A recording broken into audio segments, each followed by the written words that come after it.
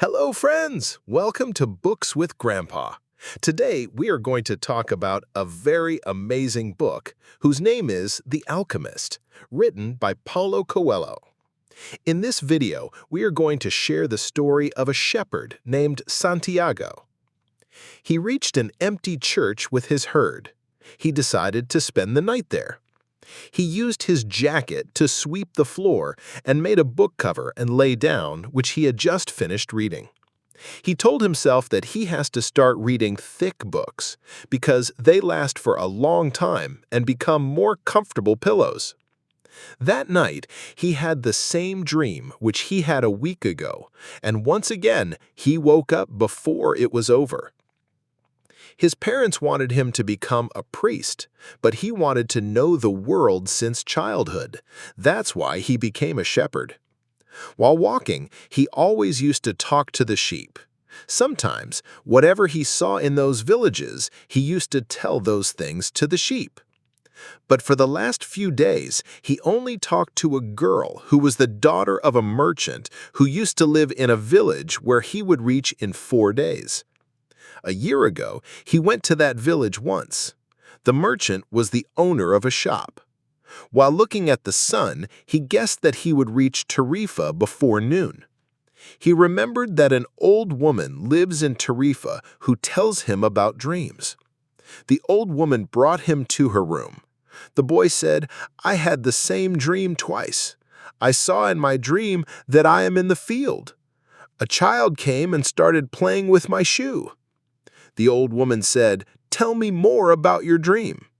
The boy said, "That child kept playing with my shoe for a while, and suddenly that child held my both hands and took me to the pyramid of Egypt. The child said, 'If you come here, you will get the treasure.'" The old woman remained silent for a while. Then she said, "You will promise me that you will give me the 10th part of your treasure." The boy said, "Okay." The old woman said, "You should go to the pyramid of Egypt and you will get the treasure there." The boy got angry. He thought, "I will never believe in dreams." He went to the market to eat something. He exchanged his book for a bigger one and sat on a bench near the square. As soon as he started reading, an old man came and sat next to him. The old man said he is tired and thirsty, and he asked, can he write a poem with the boy's liquor? The boy gave his bottle, thinking that the old man will leave him alone, but he wanted to talk to him. The boy asked, "Where do you live?" The old man said, "I'm from Salem." He asked, "What do you do in Salem?" I said, "What do I do in Salem?" The old man laughed, "I'm the king of Salem." The boy thought, "People talk weird things." The old man said, "My name is Melchizedek. Give me my book. I have to go and collect my sheep." The old man said, "Give me the 10th part of your sheep, and I will tell you how to find the treasure." "If you want to know about your treasure, then you have to give me the 10th part of your book." Now the boy thought that he has to choose between his book and his treasure. The next day afternoon, the boy met that old man. He brought the 10th part of his book with him. The boy's friend immediately bought all the sheep. He said that he had always dreamed of becoming a shepherd. The old man said, "To find the treasure, you have to follow these signs. God has prepared a way for everyone. You just have to read those signs that He has left for you." The old man opened his bag and gave the boy a white stone and a black stone. They are called Urim and Thummim. It was a sign of black yes and white no. When you have trouble reading these signs, then these stones will help you do this. Always ask a question. Then he left. The boy reached Tangier, and his journey starts from here. He went to a bar, and a stranger came and sat next to him, and he started talking to the girl. Then the girl said he needs to go to a pyramid. The boy asked, "I want you to take me there. If you can do this, then I can give you money as my guide. Do you have any idea how to reach there?" The new boy said, "You have to cross the Sahara Desert, and to do this you need money. Do you have any money?" The boy thought this was a strange question. He took out money from his pocket and showed it to the new boy. The boy trusted his new friend. He took out his money and started counting. He went to Tangier. The boy said, "We can reach the pyramid tomorrow, but I want to buy 2 camels." He reached in the middle of a square where there was a market. The boy never looked away from his new friend. After all, he had all his money. Suddenly, he saw the most beautiful sword. The boy promised himself that when he returns from the pyramid, he will buy that sword. He told his friend, "Ask the owner of that stall how much is the sword." When he turned back, he did not find his new friend. He stayed there and kept waiting for his friend, but his new friend did not come. The crystal merchant woke up and again felt the worry that he felt every morning at the crystal shop, where only a few customers used to come. There was a time when many people knew about his shop, Arab traders, French people, but as time passed, the neighbors went away and only a few shops remained on the hill. But the crystal merchant had no choice. He had spent 30 years of his life buying and selling crystals, and now it was too late to do anything else. The boy said, "If you want, I can clean the glass of the window. In return, you can give me something to eat." The boy started cleaning the glass. In half an hour, he cleaned all the glasses of the window. When he finished cleaning, he asked the man to eat something. The crystal merchant said, "Let's go and have lunch." The merchant asked, "Do you want to work for me?" The boy said, "I can work all day. I will work all night and I will clean every piece of crystal in your shop. In return, I need money to go to the pyramid tomorrow." The merchant laughed. "Even if you sell every piece and earn a good commission, you will have to borrow some money to go to the pyramid. There are thousands of kilometers of desert." The boy said, "I will work for you." After a long silence, the boy said, "I need money to buy some crystals." The boy had been working for the crystal merchant for about a month. That morning, he made some calculations. If he continues to work every day, he will be able to buy only a few crystals in a year. He should do something new. The boy told the merchant, "I want to make a display case for the crystal." The merchant replied, "I never had a case before." 2 more months passed, and because of the display case, many customers started coming to the crystal shop.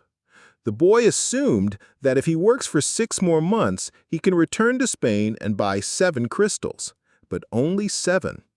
One day, he heard a man complaining that there is no good tea shop on the mountain. "We can start selling tea," the merchant said. "Tea is sold in many places, but we can sell tea in the crystal glass. People will enjoy the tea and want to buy the glass." The merchant agreed and the idea worked. Everyone climbed the mountain and started drinking tea. The boy woke up before dawn. It had been 11 months and 9 days when the boy had set foot on the African continent for the first time. The boy had a bundle of money. He had so much money that he took $120 from him, and he had enough money to buy a license. The boy said, "I'm going today. I have enough money to buy my sheep. Will you bless me?" The merchant said, "You have helped me. I am proud of you." The boy said, "I am going back to the fields which I know to take care of my flock." But he was not happy with his decision. The boy thought, "I can always go back as a shepherd. I learned how to take care of the flock, and I could not forget how to do it. But maybe I will never get a second chance to reach the pyramid." He was very happy. An Englishman was sitting on a bench which was full of animal sweat and dust.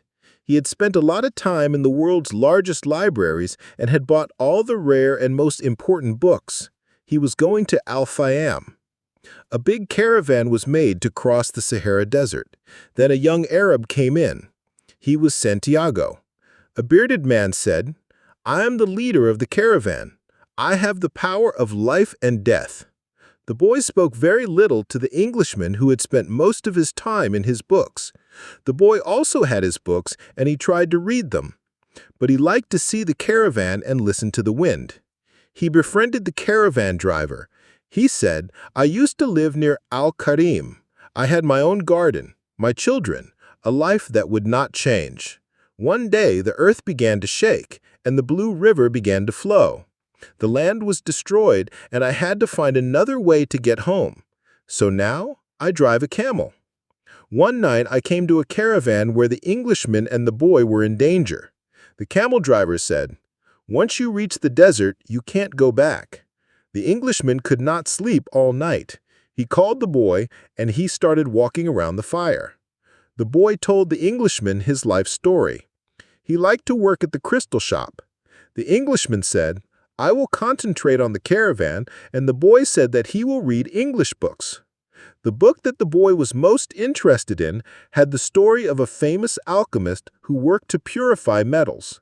He believed that if a metal is heated for years, it will free itself from all its characteristics. He called this discovery a masterwork. It was half liquid and half solid. The boy learned that the liquid part of the masterwork is called the elixir of life, and it saves from all diseases, and that is why alchemists never get old. And the solid part is called the philosopher's stone.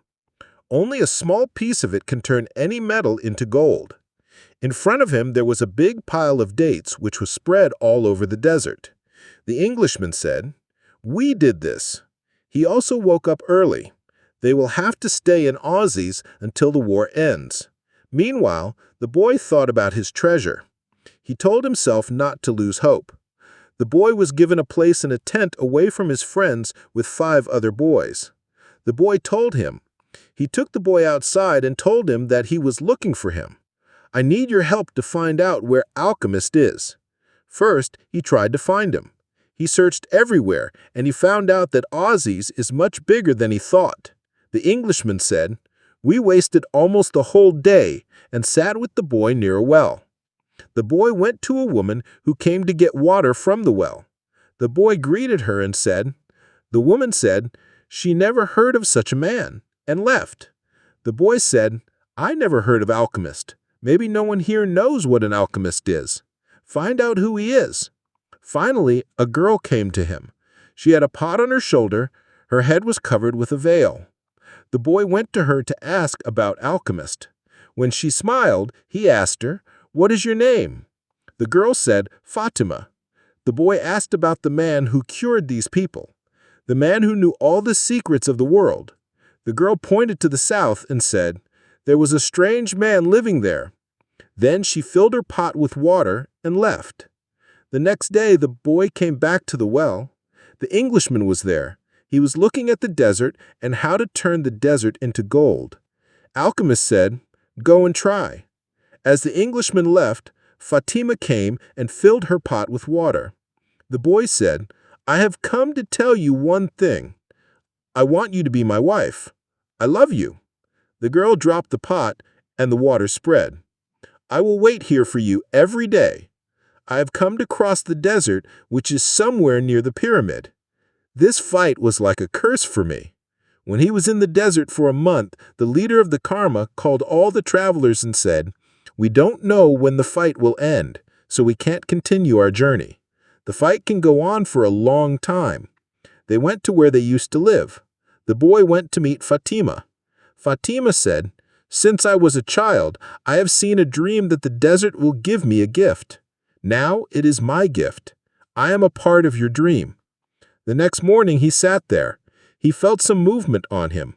When he looked up, he saw a cloud of clouds. Suddenly something started shining. As soon as he did this, the boy got an image. A soldier whose sword was ready was coming towards the oasis. That's why he met the alchemist. The alchemist said, "Sell your camel tomorrow and buy a horse." The boy saw the alchemist with the horse. The boy said he felt peace. The alchemist said, "We will leave before the sun rises." The boy went to meet Fatima. The boy and the alchemist started their journey. On the 7th day, the alchemist said, "You're almost at the end of your journey. I congratulate you for following your luck." They crossed the desert in 2 more days. At the end of the afternoon, they came to a monastery. The alchemist went to the gate of the monastery. A monk in black came. The alchemist told him to use the kitchen for a while. The alchemist lit the fire and the monk gave him a glass. The alchemist removed the pan from the fire and kept the pan aside to cool down. When the pan cooled down, the boy saw that the glass was in the shape of a pan, but it was not a glass, it was gold. The alchemist divided the glass into 4 parts. He divided the parts between the boy and the monk. After that, the alchemist said goodbye.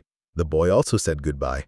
Now the boy had to walk alone and listen to what his heart was saying. At the end, he reached the pyramid at night. The boy started digging, but he did not find anything. He heard some footsteps. Many people came to him. One man asked him, "What are you doing here?" The boy did not answer. The other man said, "We need money." He said that there is gold here. He may have hidden more gold in the ground. He continued to dig, but he did not find anything. As soon as the sun rose, the man started beating the boy. He said he saw a hidden treasure near the Egyptian pyramid in his dream twice. He left the boy there. The leader of the group came to the boy and said, "You will learn that a man should not be so crazy. 2 years ago, I was also dreaming at this place. I saw a dream that I should travel to the village of Spain and look for a ruined church, where the sheep and its sheep have slept. In the dream, I was told, if I dig there, I should not be so crazy, that I crossed the whole desert." And he disappeared. The boy stood up and looked at the pyramid again. He was very happy because he knew where the treasure was. Then the boy went to a small ruined church, and after digging, he found the treasure. And as he promised, he gave the 10th part of his treasure to that old woman and went to Fatima, and the story ended. So from this amazing story, you are where you are means inside you. But to know this, you have to go outside. Listen to your heart and never stop. Something bad happened with Santiago, but he never gave up and kept moving forward. The truth of life is that after falling 7 times, get up 8 times, as Santiago did. We give up on seeing a small failure, but we should not do that. We should fall like Santiago, because he will never stop us, and those who love us and wish us well, they will never stop us. Thank you, friends. I hope you liked this video. I hope you can apply all the lessons of this book and live your life in a better way. If you have not subscribed to our channel yet, then subscribe to the channel immediately. Like and comment the video. This increases our motivation consistently. If you think this video can help others, then share it with everyone. We will meet soon with a better video. Thank you so much,